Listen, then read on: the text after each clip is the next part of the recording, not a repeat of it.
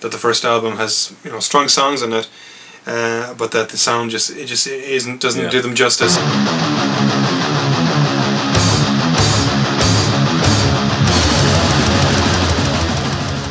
We spent a day setting up the studio in the house, and on the 2nd of January we kicked off.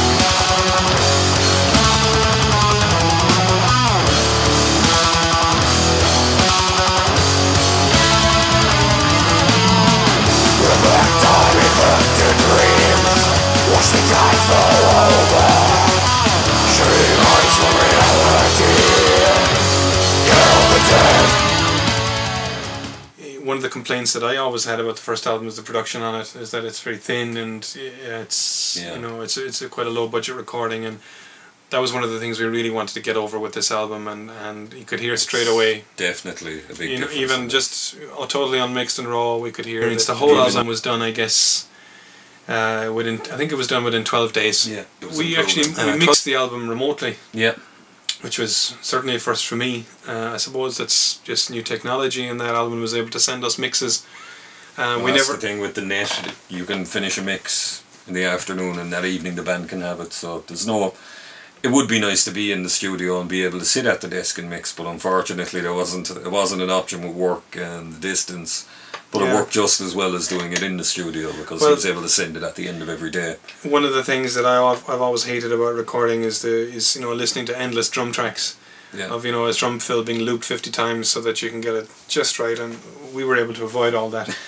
We didn't have to suffer through that, which was a godsend for us, and we just heard, you know, the kind of 90% finished version, which was really good for us, and so mixing it remotely was a new experience, but I think I'd be quite happy to do that again. Yeah.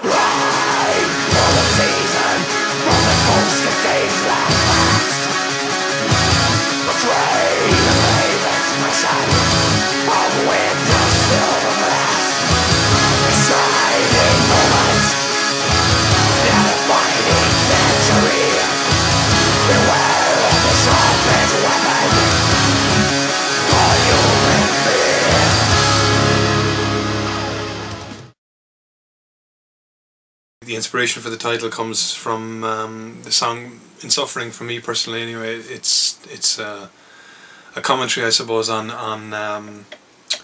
the church and its problems, I guess, and how the church has had some pretty dramatic effects on the life in Ireland, I suppose, in, you know, over the last 100 years, and some of the problems that the church has created.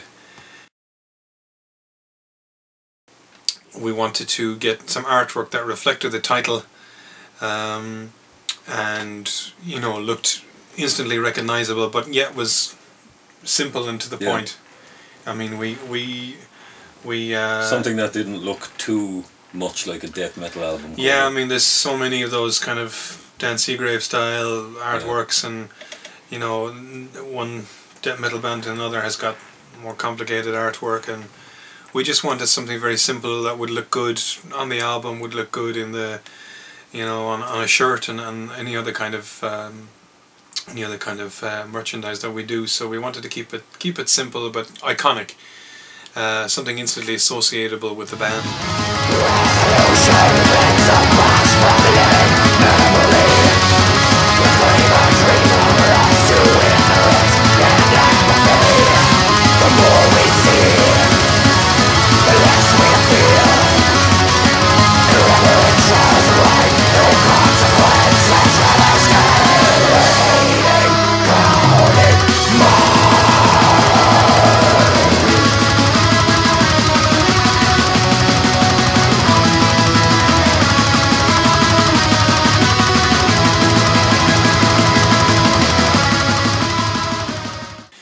days, as you know, everybody knows music is free. Music for many people no now one is buys music. It's music free. is like a calling card, you know. It's like it's like a flyer. So we decided to make it freely available. The album's going to be freely available as well as hard copies. But we decided basically that rather than waiting for someone to put it on a torrent site or a pirate site, get the album straight from us, we'll release it ourselves. Yeah, it makes more sense. Yeah, we're going to have it available through CD Baby, and it'll be available directly from us and at the band's websites, and it's going to be an interesting. It's the first time I think certainly any of the metal bands in Ireland have done this, but so many of the bigger artists in the world these days. Prince's last album came out on a newspaper. You know, it's just the way things are changing, and things have gone so different, and so we decided to, before the album comes out, to release a digital only EP.